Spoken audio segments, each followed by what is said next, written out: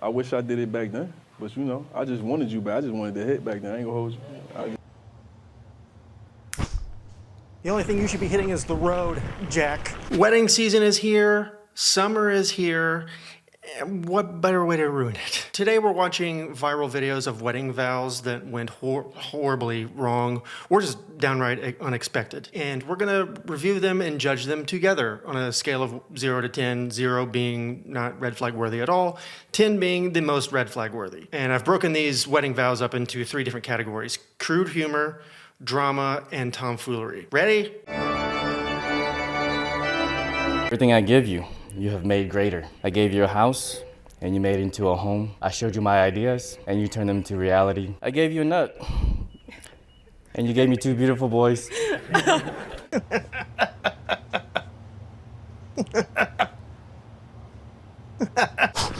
Yeah, judging by the faces of the groomsmen and the wedding officiant and the bride, no one was given a heads up on this beforehand, which is crazy. It's crazy for multiple reasons. Number one, you need approval, obviously, before you pull something like this. I know you can't tell your wife or bride everything, it's wedding vows, but like at least be like, hey, I'm taking a big swing here. Is that okay? Another thing, everyone in the crowd is going to be looking at everyone else around you on stage for like help, because they're going to feel a gut punch from something like this. And they're gonna look at everyone around you, the officiant, the bride, groomsmen, everyone, to be like, hey, please, can you give us, I'm scared. And everyone on stage can be like, it's okay, I'm at peace with it. Obviously though, the best course of action is just, of course, don't say this, don't. So I'm gonna give it a 6 out of 10. It's not like mean, it just is gross and it sucks. Aside from these guys up here and some people in the audience, you are my best friend. Thanks. Yeah, let me just say something for the it's just a joke crowd.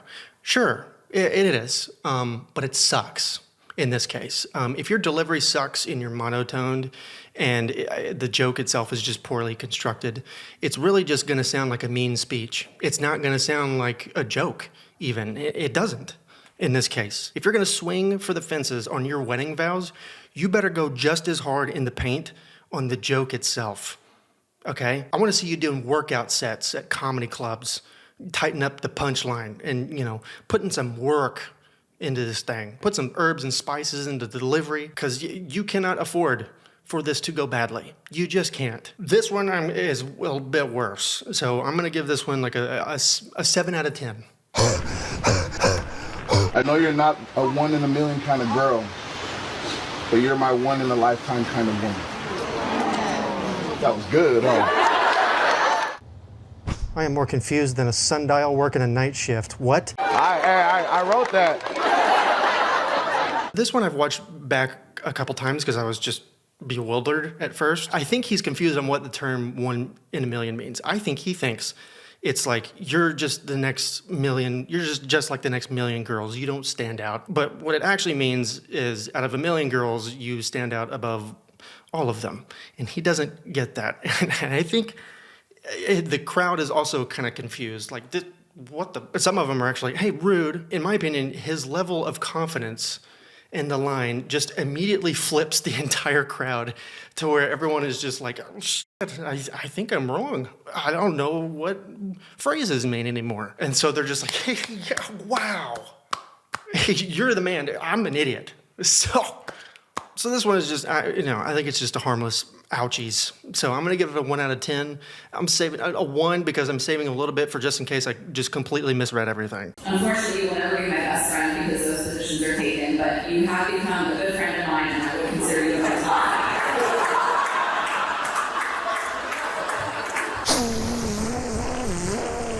Yeah, this one, a pretty similar joke from 1-2 videos ago. Like, she delivered it better. She got more laughs because of it, it sounds like. But just in general, this joke is risky, and it's one I would avoid. In my view, self-deprecating humor is the way to go, especially in cases like this. You're gonna have a much higher success rate. You're gonna be more likable. It's just gonna go over better. For her, I'll give her a 6.8 out of 10 because her delivery was better than the other dudes, which is, so 6.8. You have made me a better person. I've even changed my career, becoming a pipe fitter, to better support you to make sure I master all the tips on how to lay the pipe, baby. Okay, I'm just gonna go back here and hide behind this plant just to put some distance between myself and him. Yeah. This is that kind of joke that comes from like the dude who wears those t-shirts from Spencer's Gifts. You know, like the black t-shirt with the blocky white letters, and it just says something like undefeated swimming champion. It's bad, and it's also risky. And as you can see from the wife's response, it did not pay off. So just don't, don't. I'm rating this one 8 out of 10 because it's not like mean, but it's just aggressively bad. It's aggressively bad. I wish I did it back then, but I just wanted you back. I just wanted to hit back then. I ain't gonna hold you. Okay, so I'm headed to the nut house today. I seen you. I ain't gonna hold you. You walked on the boat 2009. I saw you, little dark skin thing. I'm like, yo, who was that? But you know what? I usually crack a Tracy smile and they come running. You? It took time. Oh my God. He didn't even write anything down. He just went off the top of the dome, which is really just an especially bad idea. Here's my main takeaway from everything that we have watched so far. If you are going to pull off a joke like this, you better be a professional comedian, because a wedding is one of the worst possible places to try out an edgy type of joke for multiple reasons. Number one, emotions are running high between your partner and you and everyone in the room. Number two, no one's expecting something like this. They're not at a comedy show. They're at a wedding. They're not prepared mentally to handle something like this. And number three, you have two different groups of families and friends here, all from different backgrounds and sensitivities and ages. If an edgy joke lands in a crowd like this, it 100% lands. Nobody's upset. Everyone understands it and it loves it. You are the greatest comedian who has ever lived in the history of the world. Even just 98%. I love it.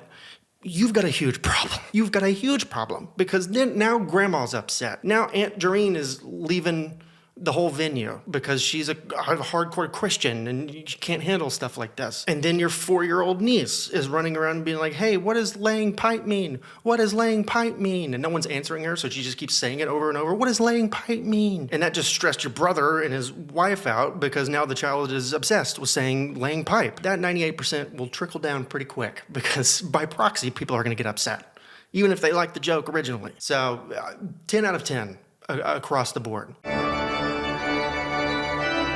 Now, this first one here is actually a two-parter. It was taken from multiple different camera angles because multiple things went wrong. So that's good. For better. For better. For worse. For worse. For richer. For richer. For poor. For poorer. We hit that snag about 20 times in counseling. Brill made it very clear to Jonathan, you cannot be broke. Just getting ready. Hey, you can't see much of my body behind here, can you? I can't see you at all, actually. Really? Yep. Oh, beautiful. Okay. To love. Cherish. Cherish. And to obey. We didn't talk about that one in counseling. We did talk about that in counseling. Yes, we did. So you want me to repeat that again? You want to just keep going? I think we can keep going. All right. Of course, don't say the word obey at your wedding, of course. Now, I'm not sure if the woman here is like money hungry or if the dude is just a misogynistic control freak or it's a mixture of both. They're both toxic, I don't know. But what I do know is if you're arguing at the altar, it's gonna be a long marriage because this is hands down the worst, most uncomfortable place to have an argument at the biggest celebration of your relationship that you'll ever have. Makes me wonder, well, what are these private fights like? What are they like? 1 year into this, you're both just gonna be exhausted. You're gonna be like two newborn babies after having 2 full bottles of formula, just nodding off in between the argument. I took out the trash yesterday. I did. No, I did. I had to take out 8 days in a row. So, oh, no, you did. I will pull out the Ring camera footage right now. You son of a bitch. I'm gonna say 7 out of 10 on this one. It seems like there's a big issue here. I marry you today. With this ring? with this ring, with all that I am, with all that I am, and all that I have, with all that I have, including my cell phone. Okay, this one, I don't think we have enough context. Some will see a man who was just taken off guard and he's just trying not to laugh at a joke, or he's just stunned, or some will say, hey, it's not healthy for couples to constantly snoop in each other's phones, and some will obviously say, hey, why can't you just say it, agree to it? Basically, it's an opinionated, emotional topic, and I don't really know what's happening here exactly, but what I do know is, in this moment, when the cameras are rolling, you better vow to hand over your cell phone quickly. The optics are bad if you don't, even if you're just laughing. Or, you got to tighten up. You're put in a hard position, you got to tighten up. It could be just a harmless joke, or there could be something here. It's hard to tell from, 15 seconds or whatever this is. So, 3 out of 10. You're not going to say my son has flaws. We can leave. Perfect. No, I don't have to leave. That dress you're wearing, we paid for. Jerry. Wait, no, he's dead, isn't he? Yeah, that's not what this is. Okay. Wow. Everybody has flaws, and that's why I love them. You can leave, Judy. Like you don't have flaws. You can leave. You can get out of my wedding now. I'm not leaving. Yes, That you dress are. you're wearing, I'm paid for. Get out. I'm not getting out. Jerry.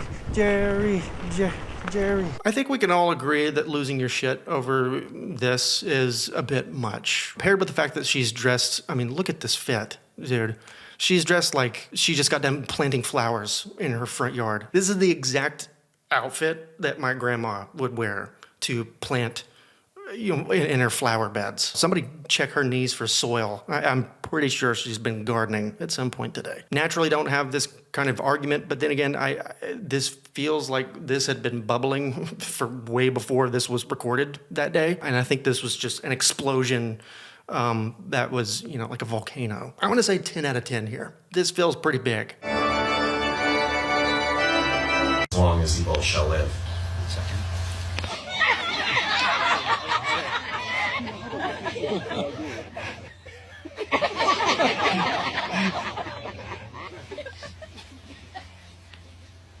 I do.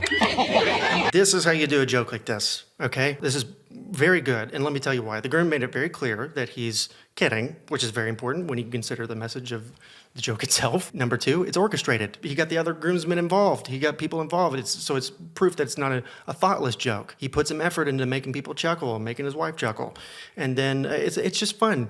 Weddings are supposed to be fun. So I'm going to say 0 out of 10. No red flags in sight on this one.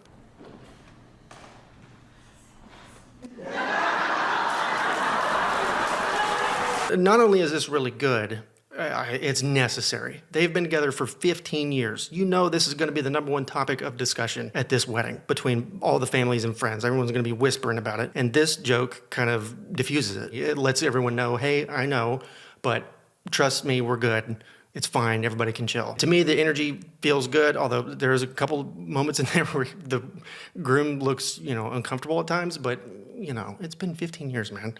And even if you both were planned and agreed to wait 15 years, that's fine. You still have to mention it and let everybody know, like, hey, this is unconventional, but we're good. And fella, if this was just your decision, well, you deserve it. So this one, I'm going to say like a 1 out of 10, just in case there's secretly a problem between them. I just misread everything. 1 out of 10. On this journey that we make together. On this journey that we make together. Oh. This one is just it's an accident. You can tell that it's like 100% just pure intentions, but it was so poorly thought out that it's just, there's a very good chance he got some questions in the car. Did you have to open hand slap me? Well, it was gonna land on your head. I was scared it was gonna sting you. So to remedy that, your solution was to open hand slap at it and squash it onto my face? Well, I didn't think that far ahead into it. I just saw that it was landing on your face and I panicked. It almost looked like a pimp slap, like you put form into it. There's form. But all in all, 0 out of 10, obviously. I love it when you... Sorry, for more content, ChatGPT, premium. I didn't mean it. I didn't mean it. I didn't mean it. To me, this one is very good. It's very good. Because number one, it's self-deprecating humor. He's making fun of himself and saying that he's not prepared, which actually, it's kind of showing that he is prepared, funny enough. But this is a solid joke. It's well-timed, good delivery, and it landed, clearly. 10 out of 10. No, 0 out of 10. Hold on. 0 out of 10. No notes. I'm getting confused by my own rating system. 0 out of 10. It's not red flag worthy at all. This guy killed it. And actually, speaking of killing, have you seen the TikTok series that I covered about the girl who claims her mother tried to murder her? Well, it's very wild, and it's also extremely long. So I talked about it, and I condensed it. You can watch it by clicking the little box in the top left-hand corner. That is my time. Toodles.